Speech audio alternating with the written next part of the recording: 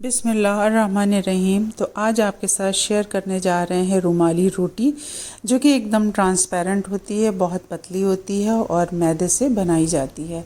आज हमारा रोटी सीरीज़ में 4th पार्ट है। इससे पहले हमने आपको चटनी की सीरीज़ और रोटी दिखा रखी है। अगर आपको हमारे वीडियोस पसंद आते हैं तो प्लीज़ लाइक करें, शेयर करें, सब्सक्राइब करें। आप सबसे हमारी हम्बल रिक्वेस्ट है, जिससे मुझे मोटिवेशन मिले और हम आपके लिए बहुत अच्छे अच्छे वीडियोस बना सकें।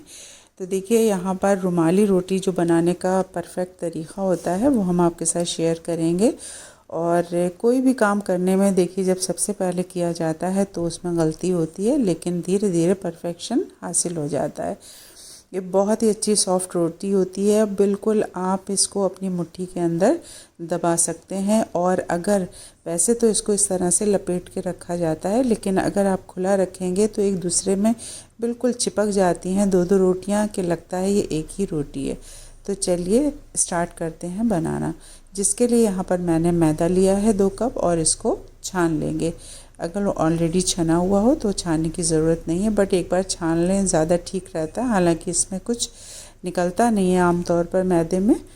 तो देखिए, इसमें हम कोई भी चीज़ नहीं डालेंगे, ना ही डालने की ज़रूरत है कि सॉल्ट या फिर कुछ चिकनाई फैट वगैरह घी डालें, कुछ ज़रूरत नहीं है। तो देखिए, इसका बनता है एकदम थोड़ा सा लूज़ डो, जिसमें कि लचक हो। इसके लिए मैंने 2 कप जो मैदा लिया था, इसके लिए मैंने 200 ml पानी लिया, जो कि तकरीबन पूरा यूज़ हो गया था। मुश्किल से आधा टीस्पून ही पानी बचा होगा। थोड़ा पतला लचकदार ये आटा बना के तैयार किया जाता है, इसका डो। और क्योंकि जितनी ज़्यादा देखिए लचक होगी रुमाली रोटी बनाने के लिए, उतनी ज़्यादा आपकी रोटी बढ़ेगी, फैलेगी और पतली बनेगी। जितना आप टाइट इसका डो बनाएंगे, उतनी ही रोटी, जिसे कहना चाहिए रुमाली रोटी, बन के तैयार नहीं हो पाएगी टाइट मैदे की। और ना ही आप गेहूं के आटे से रुमाली रोटी बना सकते हैं। और इसलिए यहाँ पर रुमाली रोटी के लिए आपको मैदा ही लेना पड़ेगा। तो देखिए, इस तरह से थोड़ा सा लूज़ डो तैयार कर लीजिए। कुछ ज़्यादा नहीं करना होता है इसमें। इस तरह से तैयार करके ज़रा सा 10 मिनट के लिए छोड़ दीजिए, जिससे और लचक आ जाए। ढक के रख दीजिए और 10 से 15 मिनट के बाद वापस इसको खोलिए। तो इसको थोड़ा और चिकना बनाने के लिए हमें थोड़े से बड़ी जगह की ज़रूरत पड़ेगी, जिसके लिए यहाँ पर आप किचन टॉप ये जो होता है इसका सरफेस स्लैब का, वो ले सकते हैं। बट उसे अच्छे से ऑलरेडी साफ़ था, बट फिर भी एक बार हम इसको क्लीन किए लेते हैं, जिससे कि कोई भी गंदगी ना रहे। तो अच्छे से इसकी सफाई कर लीजिए। उसके बाद में बहुत ही थोड़ा, तकरीबन आधा स्पून से भी कम, आपको यहाँ पर रिफ़ाइंड ऑयल या फिर देसी घी वगैरह हाथ पे लगा लीजिए, क्योंकि आटा यहाँ पर उठाने में थोड़ी सी प्रॉब्लम आती है। तो इस तरह से आटा आप ले लीजिए हाथ पर, तो ईज़िली निकल जाएगा। उसके बाद में यहाँ पर आप थोड़ा सा, आपको यहाँ पर मैदा जो है डस्ट करना है, इस तरह से फैलाना है खुश्की के तौर पर। और उसके साथ ही हमें इस आटे को थोड़ा और मसलते हुए लचकदार बनाना है। इस तरह से आप थोड़ा सा, मैदा बहुत ज़्यादा यूज़ मत कीजिएगा कि आटा टाइट हो जाए, बस इतना कि आप थोड़ा सा इसको कंट्रोल कर सकें, हैंडल कर सकें। बस इस हिसाब से थोड़ा बहुत डालते रहिए, आधा आधा एक एक टीस्पून इसके ऊपर, और इस तरह से थोड़ा सा इसे कंट्रोल में कर लीजिए। आपको अभी हम लटका के दिखा रहे हैं, देखिए इसमें लचक है। बस इसी तरह का आपको तैयार करना है इस आटे को। इसी तरह से थोड़ा सा रगड़ते मसलते हुए आप इसको इस तरह से लंबा लंबा फैला लीजिए। और उसके बाद में इसकी लोइयों को काटने के लिए आप कोई नाइफ़ की हेल्प ले सकते हैं। इस तरह से किसी भी चीज़ से आप इसको काट लिए, छोटी छोटी लोइयाँ बनेंगी, और उस छोटी लोइयों से हमें एक बड़ी और पतली ट्रांसपेरेंट रोटी तैयार करना होती है। तो यहाँ पर बहुत छोटी छोटी लोइयाँ बना के तैयार की जाएंगी।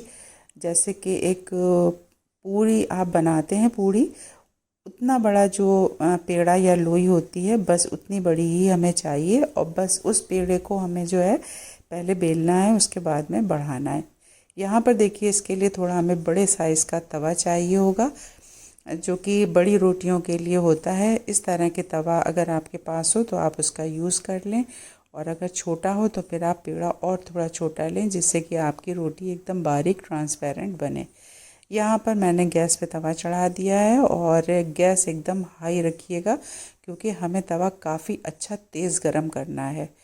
तो बिल्कुल हाई फ्लेम पे मैंने गैस पे तवा चढ़ाने के बाद यहाँ पे छोटी छोटी लोई जो कि हम एक एक ही तैयार करेंगे, इस तरह से तैयार करेंगे। थोड़ा सा मैदा नीचे स्लैब पे डालते रहेंगे और इसकी हेल्प से हम बेलते रहेंगे। जैसा भी आपको इजी लगता है आप उस तरह से लीजिए और इसको बेलना शुरू कीजिए। और बेलन आप जैसा चलाना आपको आसान लगता है, जैसी आपके पास हो आप उसी हिसाब से बेलन का यूज़ कर सकते हैं। तो यहाँ पर देखिए इस तरह से बढ़ा लेंगे इसको और ये एक पतली बड़ी रोटी की तरह बेल जाएगा। तो जितना भी हो सकता है इसको आप पहले बढ़ा लीजिए। हालांकि बहुत ज़्यादा आपको बढ़ाने की ज़रूरत नहीं है, बट हाँ थोड़ा पतला, एक पतली रोटी के जैसा आपको ज़रूर इसको करना है। थोड़ा थोड़ा सा मैदा ले लीजिए ज़रूरत के हिसाब से। अगर आपको लग रहा है कि बेलन कहीं इसके ऊपर चिपके ना इस तरह से रोल करके फैलाने में, तो आप थोड़ा सा मैदे की हेल्प ले सकते हैं और मैदा लगा लगा कर इस तरह से रोल बना बना के रोटी बढ़ा सकते हैं। अगर इस तरह से बढ़ाने में कोई प्रॉब्लम आए तो फिर आप राउंड राउंड बेलते हुए रोटी को बढ़ा लें, कोई इशू नहीं है। जैसा आपको इजी लगे आप उस तरह से पतली रोटी बेल कर तैयार कर लें। देखिए अब इसके बाद में जब एक पतली रोटी की तरह बेल जाएगा तब हम इसको हाथ पे लेके बढ़ाएंगे। लेकिन एक बात का आप ख्याल रखिएगा, मैदा भी हमें इतना ज़्यादा यूज़ नहीं करना है कि मैदा बहुत ज़्यादा झड़े या फिर रोटी की शक्ल वाइट से पीली पड़ जाए। क्योंकि बहुत ज़्यादा अगर आप डस्ट या खुश्की का यूज़ करते हैं तो फिर चाहे आप नॉर्मली रोटी बना रहे हो या रुमाली रोटी, क्या होता है फिर वो रोटियां पीली पड़ जाती हैं। अगर आप हाथ में चूड़ी या किसी तरह के कोई बैंगल्स वगैरह पहने तो उसको ऊपर कर लीजिए या फिर उतार दीजिए, जिससे ये रोटी फटे नहीं, क्योंकि इसके फटने का डर होता है। चलिए थोड़ा सा कैमरा दूर करके हम आपको बढ़ाना दिखाते हैं, क्योंकि काफ़ी बड़ी रोटी हो जाती है बढ़ के, तो ठीक से कैमरे में आ नहीं पाएगी। इस तरह से हाथों पे उलटते पलटते हुए इस रोटी को हम काफ़ी बड़ा करते रहेंगे। बिल्कुल ट्रांसपेरेंट ये रोटी हो जाएगी और हमारी मतलब मीन्स जो फिंगर होती हैं वो नज़र आना शुरू हो जाएंगी। इतनी ट्रांसपेरेंट और पतली होती है ये रोटी, और इतनी पतली होती है कि तवे पे डालते ही ये एकदम से तैयार भी हो जाती है। तो थोड़ा सा आटा डाल के देखेंगे, क्योंकि तवा हमारा एकदम हाई गर्म होना चाहिए, बहुत तेज़ गर्म तवा चाहिए हमें। यहाँ पर रोटी डालेंगे, मुश्किल से 2 सेकंड का भी आपको इंतज़ार नहीं करना है, फट से रोटी आपको फ्लिप कर देनी है, यानी पलट देना है। और बस एक एक सेकंड बाद आपको इस तरह से रोटी को पलटते रहना है और एकदम हाई फ्लेम रखना है, तवा काफ़ी तेज़ रखना है। एकदम सॉफ्ट और अच्छी रोटियाँ आपकी बनके तैयार होंगी और मुश्किल से 4 से 5 सेकंड के अंदर ये पूरी रोटी सिक के तैयार हो जाती है। इस हिसाब से आप समझ लीजिए कि हमें तवा कितना गर्म रखना है और कितनी तेज़ी के साथ में इस रोटी को बना के तैयार करना है। तो चलिए एक रोटी हम आपको और बढ़ा के दिखा देते हैं। इस तरह से हाथों पे उलटते पलटते हुए आप रोटी बढ़ाते रहिए और बिल्कुल बड़ी रोटी जब एकदम ट्रांसपेरेंट पतली रोटी की तरह बढ़ जाए तब आप इसको तवे के ऊपर डालिए और फटाफट से इसको उलटते पलटते रहिए। तो चलिए तवे के ऊपर इसको डाल के आपको दिखाते हैं। ये देखिए इस तरह से आपको डालना है और बस मुश्किल से 2 सेकंड का वेट करना है आपको और रोटी को पलटना है। बस एक एक सेकंड बाद अब आप जो है रोटी को उलटते पलटते रहिए इस तरह से किनारे पे लटका के, और फटाफट से 5-6 सेकंड के अंदर रोटी बनके तैयार है। जितनी देर में हम आपको दिखा रहे हैं बस समझ लिए इतने सेकंड लगेंगे, रोटी बनके तैयार हो जाएगी। अब इस रोटी को डालने में देखिए हमें बीच में छोटा सा एक होल हो गया है, बट कोई इशू की बात नहीं है। कोई रोटी कहीं पर से छोटे मोटे होल अगर हो भी जाएं तो भी कोई बात नहीं है किसी किसी रोटी में, क्योंकि इतनी बारीक ये होती है कि कहीं पर भी हल्की से मिस्टेक हुई और ये रोटी फट जाती है। तो देखिए बड़ी अच्छी रोटियां लगती हैं खाने में। इसको आप कबाब, किसी भी टाइप के कबाब से खा सकते हैं, सब्ज़ी दाल से खा सकते हैं। बहुत ही पतली, बड़ी अच्छी, बहुत ही सॉफ्ट बन के तैयार होती हैं। और आप देखिए मेरी फिंगर इसके पीछे से बनने के बाद भी कैसे नज़र आ रही हैं। ये इतनी ज़्यादा पतली रोटी होती है।